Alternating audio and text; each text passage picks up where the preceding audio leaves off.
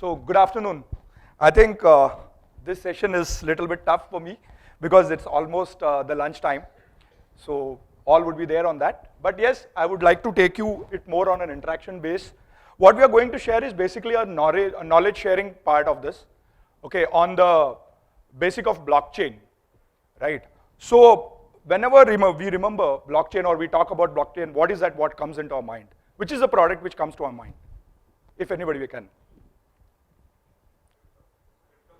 Cryptocurrencies, very good. So cryptocurrency, we are about it.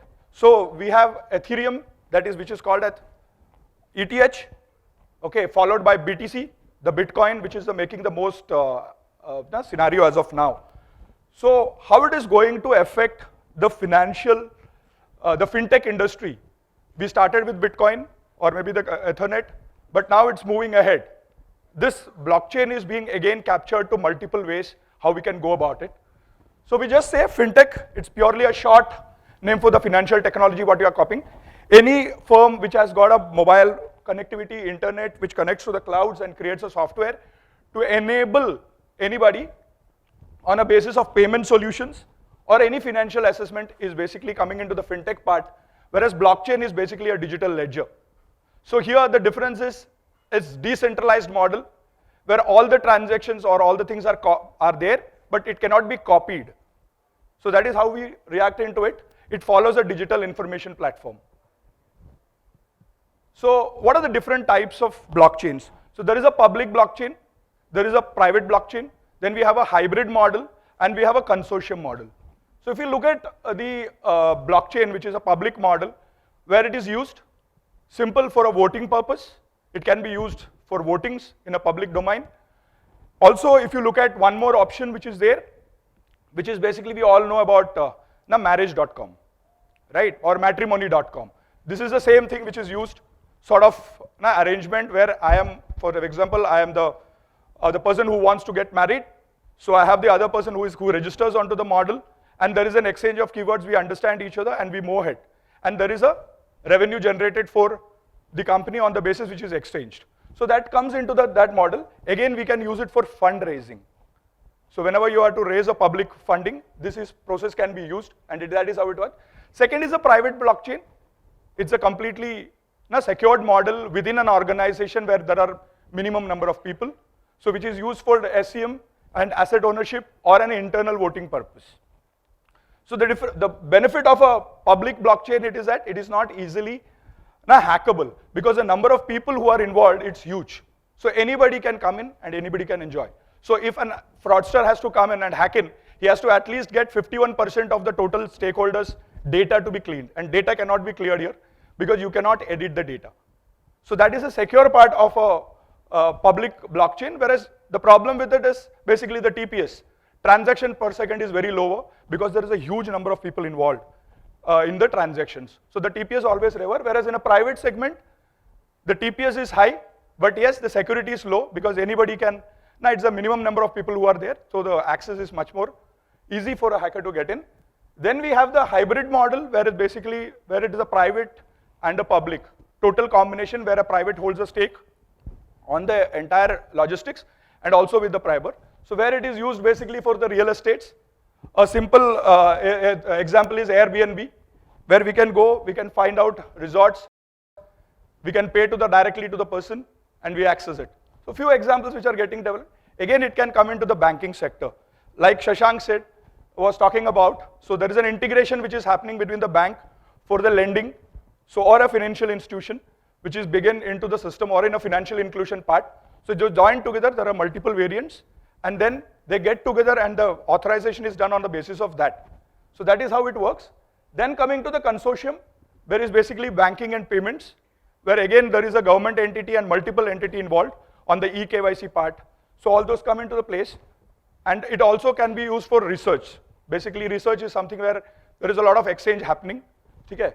And again on the food tracking, like your Swiggy or Zomato, which is a part. So these are the basic tiers where the block technology is starting getting used in the perspective.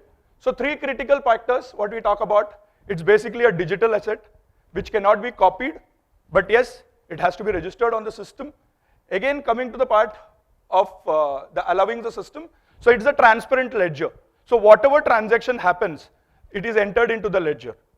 So nobody can get into the ledger and you can change. It is non-editable mode. So for an example, we say a transaction has to be represented on the online platform. It moves to the broadcast onto the blockchain platform. There is an approvals which are happening on the regular format. The blockchain added to it. It is added to the blockchain. And finally, the party receives the money. So basically, an option where it is a P2P lending sort of thing, which can help in getting the blockchain on a merge perspective. So growth of the fintech and blockchain, what we'll discuss. So Bitcoin, which we have been discussing, this was the first part where it started. So how many of us know about Satoshi Nakamoto? So he has been the pseudonym for the BTC, that is how it is said. But the name is not yet revealed. There is a Doran who is there, but they have not revealed the name due to security reasons. So that is how Bitcoin came into place. So now what has happened, it has moved ahead from the Bitcoin perspective. Now it is more used in multiple areas, especially for more people to invest into it. They have started investment into the blockchain perspective. So the basic transformation is from proof of work to proof of stake. Example is like, I think Parth was talking about the Himachal part. So tomorrow there is a creation of an art or any sort of grocery. The person can get into the blockchain, he can laminate himself and he can be the patent holder. So he writes it. So whenever it flows, you cannot copy it, you cannot remake it. So it is patent. So then the person can imagine the price, whatever he wants to sell it or whether he wants to hold it, and then it gets exchanged. So it's basically not the proof of work, but basically it is into proof of stake. Now how does it a problem solving? So it basically gets into mining. We have seen a lot of new apps coming in, PI and the B, which are now getting into a sort of mode where you have to do a daily mining onto this. It gets rewards, you solve mathematics solutions there, you get rewards, so it is exchanged. So again, the growth of fintech, the 1.0 earlier stages, when it was the niche stages which moved out, from there we went into, shifted it to the dialogue mode. We have the first ATM coming in place. We have inventions on the electronic gadgets, things moving ahead. We moved towards the Bitcoin. Release came into the place, and now we have a GPay and an Apple. So GPay basically, or Apple uses the same technology on the mobile, but they are soon coming on the web also with the Bitcoin option. So blockchain fintech, basically to understand the records cannot be altered. So once there is a transaction which has happened, the record is altered throughout all the stakeholders. So it's, one part is that, like, unlike, for example, let me say, a few year back, Google had a problem. So I would not be able to access my YouTube, I could not accept my drive because the stakeholder was on a particular entity. So basically the privacy policy of the Googles and all the operators. Now when here it comes, it becomes decentralized. So nobody can hold. So which we are talking about is a Web3. The Web 1.0 was talking about where it was an internet connectivity started in 1994, where it was a one-way. I can only a read option or a view option. Then it moved to 2.0, where I could access, I could interact, things changed to that version. And obviously you would have seen, whenever you started interacting on your web, you start getting prompts, an offer or some sort of product which the internet is trying to sell to you. Basically on the basis of your cookies, this is analyzed, again on the privacy policy which is held by. So these data used to be sold to those vendors on the basis of your understanding, and the company used to make money about it. But Web3, which we are talking about, it will be completely decentralized. There is no privacy which can be held by any of these opponents. So that is how it is getting into. So Web3 is the next innovation where it will have a blockchain methodology. So we move, how does this affect in the financial segment? Basically the banking. Example is earlier, as Shashank said earlier, it used to take a lot of maybe months or days to get a loan passed, a physical meeting, then a documentation process, all used to happen. But now it is just in a fraction of seconds. Maybe 5 minutes to 10 minutes, you enter all your data, everything is verified on the AllNet, and you get your loans in place. Again, transfer of money. In earlier stages, I used to send a money order. It used to be about 7 to 10 days, or maybe 5 rupees per every 100 rupees. Now it has become more easy. With the IMPS segments and the other financial segments, it's just fraction of seconds where you get your money. So those entity can happen. The asset management perspective, I can manage my assets on the system on a digital way. I did not do any sort of paperwork or documentation. It is all there as a digital part of the system. Again, payments becomes international remittance. Earlier it was a tedious term. It used to go to the bank, then you have to go collect it 7 days, 10 days time. No, now it has become more easy, and with blockchain it will help you to get in a faster pace. Again, coming to the insurance perspective, when Sandeep was talking about, we had a lot of questions. How do we analyze? Yes, location-based understanding. What is this way of behavior? What has been using? What is this health ratio? Even medical, pharma can come into this, or medical industry can come into this, understanding the knowledge of what the particular person is using. On that basis, the insurance can be adhered to it. Again, lending, Shashank rightly said it's 5 to 10%, 10 minutes of lending, which can happen a P2P sort of segment, where there is no bank, nothing involved. I have money, I am here to lend. There is a opponent party who is there, who is about to take the lending from me, or get it. I understand, we say exchange the documents and we clear it and we go through. And also on the embedded finance, like EMI collections, a lot of other facilities which is coming. So pillars of the fintech, basically the users, there is a startup which comes into place, there is a financial institution like the bank or anybody who supports the fintech industries, followed by the investors, which we talk about, and the government and the regulatory. So all these bases are the basic pillars when we talk about any financial industry today. So the key digiting, basically the digital lending part, purely which is becoming more and more now faster on the pace.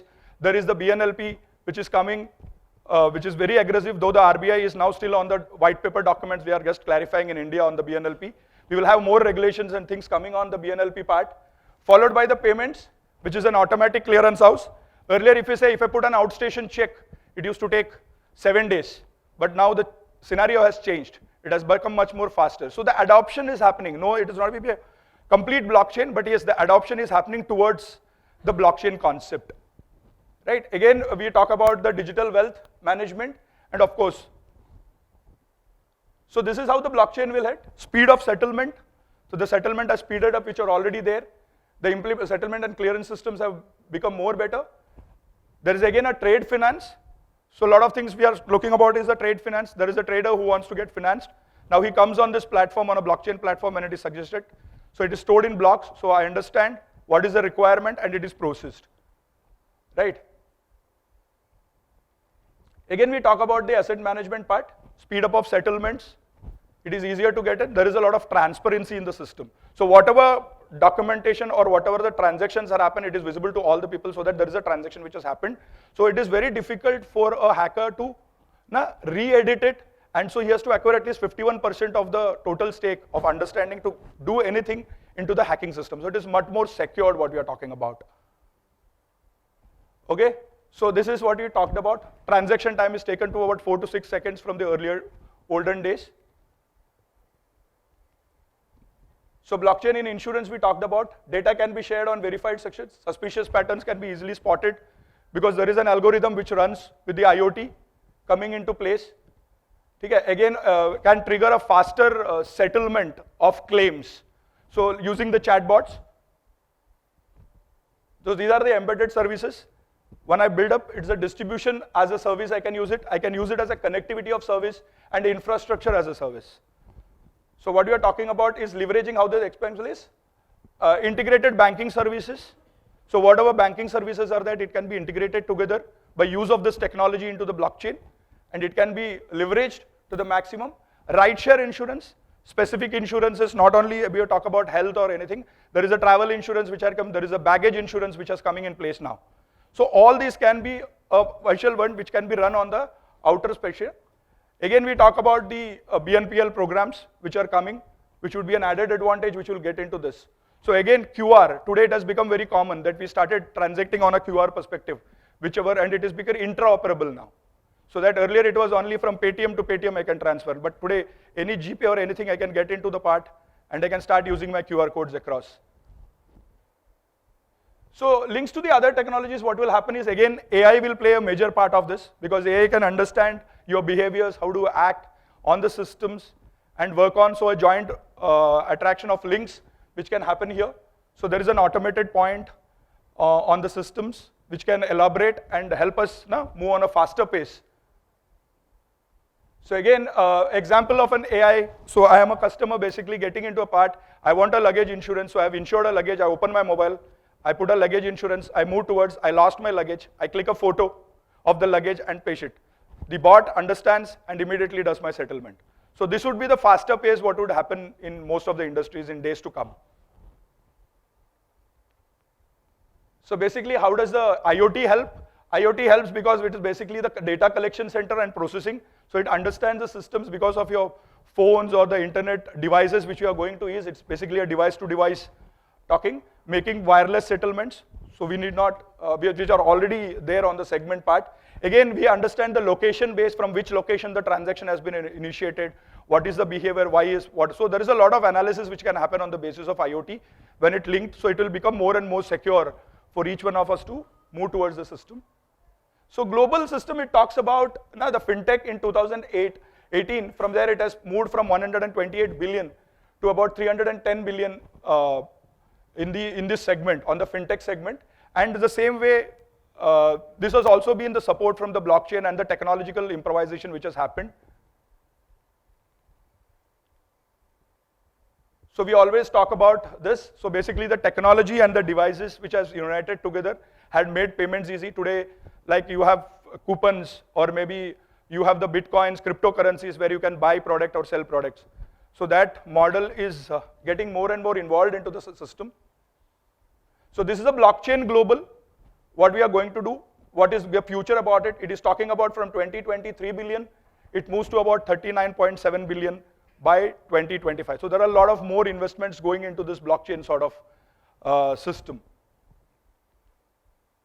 So these are the major countries which are United States basically has moved towards this cryptocurrencies. If you move to UK, they are also focusing on a lot. Singapore has allotted private banking for the non-banking segments.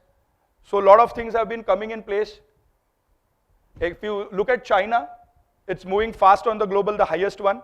So there is a lot of government support which is happening and followed. So it is moving on the faster pace. Virtual bank competitions are reducing. There are virtual banks which are being set up now. As we discussed, there are more than 9 banks now which have been given virtual permissions. So this would be a trend slowly from the European countries or towards the Asian countries which we are talking about. Open banking, which is already there on a 24/7 facilities. So if you look at the local fintech scenario, the fintech still, we have then 80% of the fintechs which are basically dependent on the initial stage of funding stage. So followed by, again, the fintech startups which are basically tackling numerous financial crises. So which is again getting into a new sort of investors getting into place and moving. Most of the crowded segment today in any startup is a fintech. So what do we say, 80% of it says, so what is it? It's a fintech company we are talking about. So it's the most crowded segment today in the industry. So again, top 10 blockchains in India, which are basically the companies which are working on it, right? Where they are being now completely dedicated on these blockchain facilities. You have the list, including Tata's and the Infosys, all coming into the stage. But the basic today, what is used is, the platform is Ethereum. So Ethereum is basically the platform which is basically used for the blockchain management today as a part. And the language or the coding part which is used is basically Solidity, followed by Viper and Rust. These are the basic 3 components which are today used on the platform. Ethereum, the entire document code is uploaded on an EVM, that is Ethereum virtual machine, on which the system works. So these are the major part, but maybe going forward, we will have more and more languages or the connectivities coming in place. And basically the front end which is used for nowadays is basically the Java. The core is Java which is there. The backend moves out to again your HTML, Java, and the backend is also streamed with Java and your C++. C# we talk about. So how does it help the financial industry when we go around on the boom with this blockchain management? We talk about reduced dependency on the centralized system. So today what we have is a dependency. There is a dependency. Let us say, let's talk about Google. So whenever we want to do, there is a dependency on the Google, right? So all these things slowly will move out when it becomes decentralized model. So when it is handled by individually, the privacy policies may change, the bankings may involve. Today the banks are more keen in getting the data shared. So there is a verification part, there are e-KYCs happening on a virtual network. There are companies who have started the back-end checking, which we discussed when Shashank was talking about the presentation, on his presentation. So that would help us. So increase credibility. Today basically the problem is when I am applying for a loan, I don't know what is happening to it. So we are just waiting for it. What is going to happen? How does it going to happen? So here it will increase the credibility because I will get to know at every stage what is happening with my particular applications, what I have suggested to it. Again, speed in operations. Again, we talked about the first one. There is a delay in getting the loans or housing loans or anything which has been passed. So once we get into this system and there is an algorithm created or the data available on the system, this will increase the operation speed, also reduce the operating expenses. People go, they decide what to happen. There is a documentation process which happens. So all will move towards this. P2P transfer would be the biggest benefit what we would reap out. Again, if we move to provide banking to the underbanked or the unbanked, basically if you look at the rural patient where the penetration of banking is still not there, so there would be an added advantage where he can go open an account on a virtual basis, which is already started now. So it would be an improvisation which will help in getting into this more, but the decentralization is the major. The DeFi, decentralized financing, is something which you're talking about. And basically we will be talking about DIY, that is do it yourself. So that would be how the things will streamline and move towards it. So again, statutory regulation audit companies, they are forming a lot of terms and regulations and conditions on this basis. Though the Indian RBI is still not very clear on the cryptocurrency part. And recently on the 23 budget, Mrs. Nirmala Sitharaman has talked about the decentralization mode where they have said the digital locker would be given access to the fintech industries so that they can expedite the documentation and other process on a faster mode sport. Again, if you look at the cryptocurrency, though it is not valid, they have put a restriction of 36% of this and 1% surcharge if you are doing any sort of transactions. So there are a few improvisations which are coming in from the government perspective on this part. So I would like to take it on from the major quote, what we all talk about, only constant thing in this world is change. So this is something which is there. So we are going towards the change. We have moved from the Stone Age to today where everything is on which we never believed. So a transition from a 2G segment to moving into a 3G was pretty delayed. From the edge, that is 2.5, the edge version came in, and moving from there to a 3G was delayed. But if you see the difference, from 2012, we have moved faster, and today we are on a 5G platform. So all supporting into the system with the blockchain part is which is actually going to take up the industry on a future level. Thanks from that. Any questions? You can just throw it on.